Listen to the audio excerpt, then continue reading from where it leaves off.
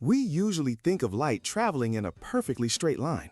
A flashlight beam cuts through the dark, shadows have sharp edges. But that's not the whole story.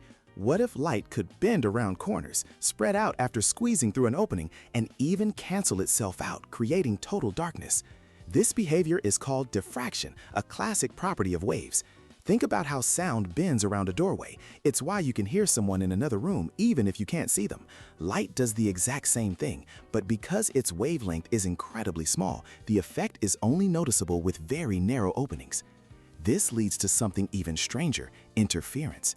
Imagine shining light through a barrier with two tiny parallel slits. You'd expect two bright lines on the screen behind, but you don't.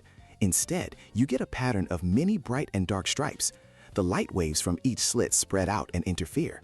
Where wave crests meet, they reinforce each other, creating a bright spot. Where a crest meets a trough, they cancel out, creating darkness.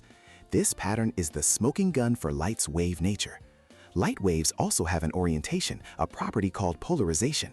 This is the principle behind polarizing sunglasses, which are designed to block the specific orientation of light that creates glare from a road or water.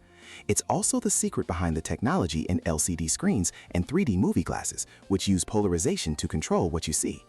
So from iridescent butterfly wings to the limits of our most powerful telescopes, the wave nature of light is all around us. It reveals that even the most familiar things hide a complex reality, constantly bending the rules of what we expect to see.